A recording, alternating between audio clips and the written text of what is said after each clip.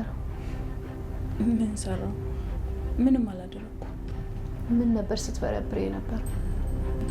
ምንም አላደረኩም። ዳጣ ምን ሆነሽ? እስቲ የሆነ ነገር ለማድረግ ዳጣ ክፍል የገባችው እና ደግሞ እኮ ሊጣሉ ይችላሉ። ልሄድ ወይስ ልቅር? ተጨነቀኝ እኮ።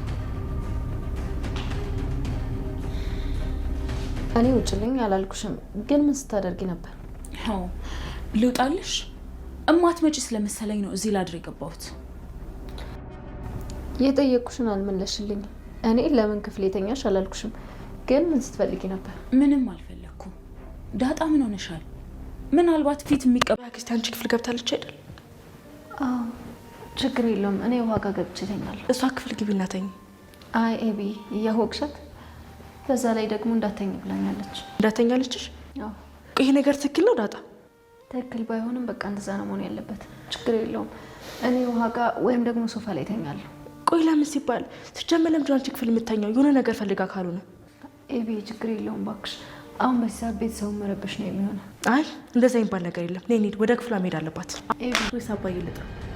ቆይ ኤቢ ግን ምን አድርጌሽ ነው እንደዚህ ጥምድ አድርገሽ ያልሽኝ? ምንም አላደረግሽኝም። ታዲያ ቆይ አንቺ እሷ ክፍል ተኝተሽ እሷ ሶፋ ላይ ትተኛ አክስቴ? እንደዚህ ነው የምትይው? ኦፍ ኮርስ ምን ችግር አለው? በቃ አክስቴ ወደ ክፍልሽ ሂጂና ተኝ። ካለበለዚያ ግን ዳጣ ሄዳ ትተኛለች። ትሰሙኛላችሁ? ሁለታችሁም ውጡልኝ፣ ውጡልኝ። እሺ አባዬ እንጠራዋለን። ዳጣ ሲጠብቂ ደግሞ በህልም ማመን ጀመርክ እንዴ? አንዳንዴ እኮ ፈጣሪ በአንድም በሌላ መልኩ ይናገራል ይባላል። ይህንን እሰምናለሁ። እሺ ይሁን። ምን አይነት ህልም ነው ያየው? ቤቴ ሲቃጠል አየሁ። የቱ ቤት? ይሄ የምንኖርበት። ህልምልም ፈጣሪ አድርገው። አሜን። በአዲስ ነገር ካች ብለናል ማለት ነው ቤተሰብ። አቢጌልን ማንም እንደኔ የሚወዳት አለ?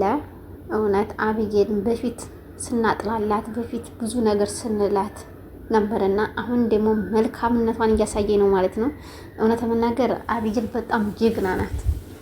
ከእውነት አኮራች በጣም አክስቷ ላይ ራሱ ምን እንደምታደርጋት ማለት ነው። አክስቷ ከኔና ከዳጣ ማን ይበልጥብሻል እያለቻት ብዙ ነገር ስትናገራት ነበረ። ዳጣ ቤት ክላስ ገብታ ራሱ ስትበረብር ነበረ። አንዴ የማታነሳውና የማታደርገው የለም። ፍራሹን ሁላ ስገለባበጥ ነበረ መድኃኒት እንደዛ በምታረግባት ሰዓት ይሄ ነገር ምንድን ነው እያለች ስትጠብቅ ነበረ።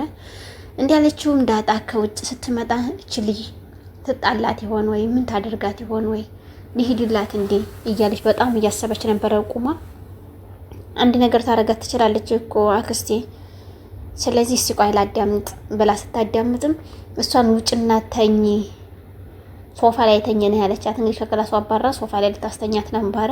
እንደዛም በምትልባት ሰዓትም እንግዲህ አቢጌል ጀግኔት ምንድነው ያለችሽ ብላ ስትጠይቃት ውጪ እኔ ክላስ እንዳትገቢ አለርጂክ አለብኝ ያመኛል። እሷ ክላስ ገብታ ስተኛ አለርጂክ አይዛት እንዴ? እሷ ክላስ ሄዶ ሲተኙ እንዴ አለርጂክ የሚይዘው ቤተሰብ? አረ ጉድ ነው። እንደዛ ስትል ነበረ።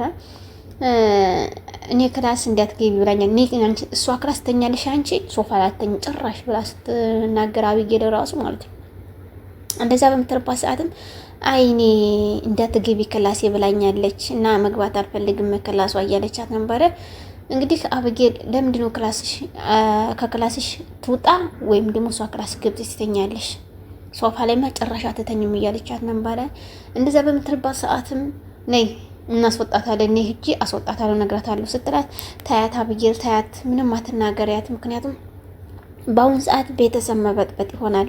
እኔ ችግር የለም ወይ ውሃ ክላስ እጅ ተኛለሁ ወይ ሶፋ ላይ ተኛለሁ ምንም ችግር የለም ነው ያለቻት። እንግዲህ እንደዛ በምትልባት ሰዓትም አይቻልም ነው እንግባ ብለው ነው ባንድ ተያይዘው የገቡት። ምን ሰራ ያላችሁ ውጡልኝ ሁለታችሁም እንዳላችሁ ውጡ እያለቻት ነበር ስትናገር የነበረችው። መድኃኒት እንግዲህ መድኃኒት ቤቱን እየበጠበጠ ትገኛለች። እውነት መናገር እሷ ተምታጋለጥ ጋሽ ደረጀ ቢናገር ይሻላል ብዬ እኔ ባለሙሉ ተስፋ ነኝ ማለት ነው። ይናገራል ብዬ ተስፋ አለኝ። እንደዛ በምትልበት ሰዓትም ለምንድን ነው ቆይ አንቺ እንደዚህ የምትሆኙ? ከኔና ከዳጣ ማን ይበልጥብሻል? አቋቋምሽ እኮ ሀሪፍ ሆኖ ግን አሁን ጊዜ ተበላሽተሻል። ምንድነው እያሰብ ያለሽው? ለእናትሽ አታስቢም? እናትሽ እንዴት ስትሆን አታስቢም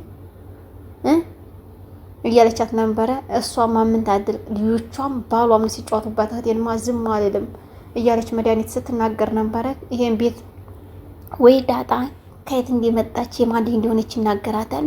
ሰራተኛትም ከዚህ ከቤት ነው የወጣችው። ወጣ ምን እየሰራች እዛ አርግዛን የወጣችው ከማን እንዳረግዘች ይናገራታል። እነዚህን ካሉ ከነገሩኝ እኔ እዚህ ቤት ምንም አልቆይም። ምንም ምክንያት የምቆይበት ምክንያት የለኝም። ይሄን ግን ሳላስተካክል ከዚህ ከቤት አልወጣም እያለች ነው እንግዲህ ስትናገር የነበረችው። እንግዲህ ጋሽ ደረጀ ራሱ ዛሬ በጣም ከባድ ህልም አየሁ እያለ ለማርትዬ ሲነግራት ነበረ። ወይ ደሬ ደግሞ ህልምን እንትን ትላለህ እንዴ ፈጣሪን እንደ ህልም እያለችው ነበረ። አይ አንዳንዴም እኮ በህልም አስመስሎ የሚነግረንም እኮ አለ። ስለዚህ አይ እንትን አይደለም አይ እያላት ነበረ። ምንድነው በጣም ከባድ ነገር ነው ሲላት፣ ምንድነው ከባድ ነገሩ ደሬ ንገረኝ እንጂ ምንድነው ስትለው፣ እንግዲህ ይሄ ቤት ሲቃጠል አየሁት በሳት ሲላት፣ በስመ አብ ወመንፈስ ቅዱስ ህልም ልመና ያለችው እንግዲህ እንደዛ ስትል፣ ምንድነው ቆይ ምንድነው የሆንኩ ምናምን ስትለው፣ አዎ ሲቃጠል ያየሁት በጣም ነገር የቱ ይሄ መኖሪያችን ስትል፣ አዎ ይሄ ነው ሲቃጠል ያየሁት እያላት ነበረ። እሱ ጭንቀቱ ነው የሚያስነገረው ህልሙን ብቻም ሳይሆን እንኳን በህልም አይደለም እንኳን በአካል አይደለም በህልም የሚመጣል። እውነት ለመናገር አሁንማ ሱስ እየሆኑብኝ ነው። ከዛሬ ነገ አወቀች፣ ከዛሬ ነገ ሰማች ማርቲ እያልኩኝ ሀሳብ ላይ እኔ ራሱ በጉጉት እየጠበቅኩ ነው የነበረው።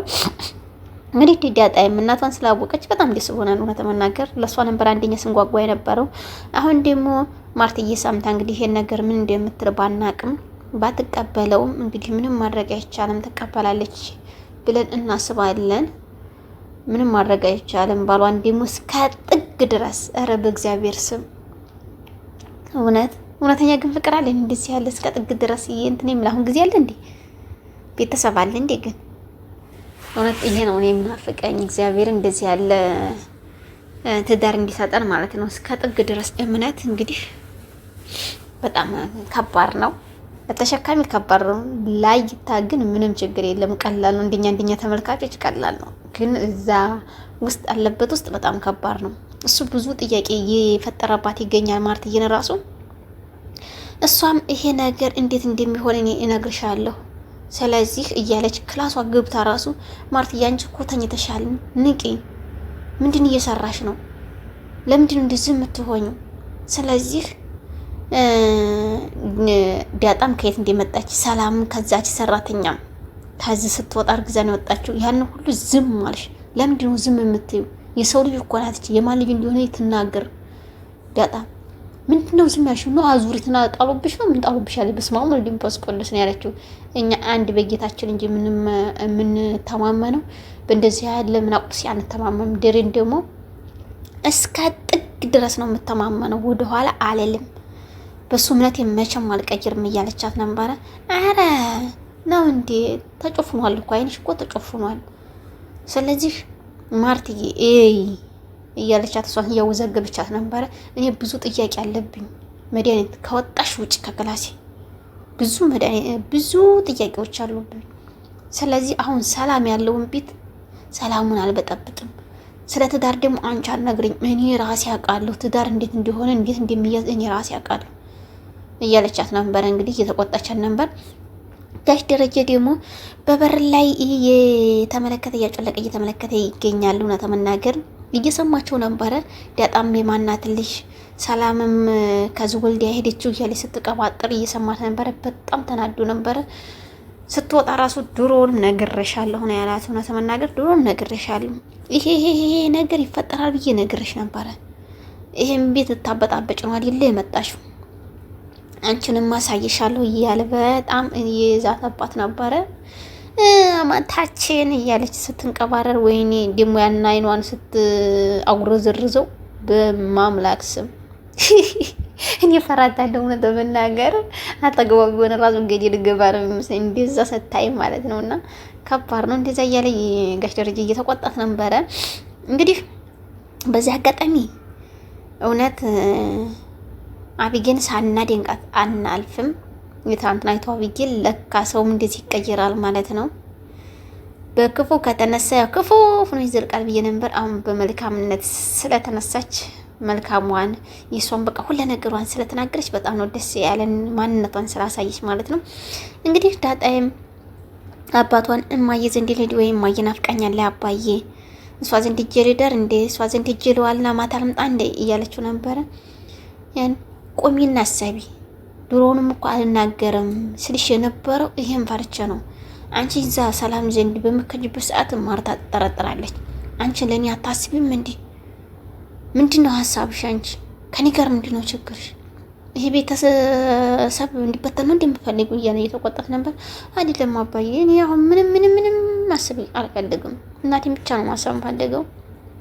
ስለዚህ ቆይ እንዴት ሆነ እንዴት ነው ምንድነው ብለሽ አትጠይቂም እንዴ? ዝም ብለሽ እናቴ የምትይው ችግሩ እንደመፍታት ያከለ አንቺ እንደዚህ ትሆኛለሽ እንዴ? እና ደግሞ ሰላምም ወደዚህ ቤት እመጣለሁ እያለች ነው እና ነገሪያት ወደዚህ ቤት ከመጣይ በጣም ከባድ ችግር ይፈጠራል። ቤት ተከራይና ትኑር እያላት ነበረ። እኔም እሷ ጋር እኮ ነው የምኖረው፣ ቤት ተከራይተን እንኖራለን እያለች ነበረ። አይ አንቺ አትሄጂም፣ መቼም አትሄጂም።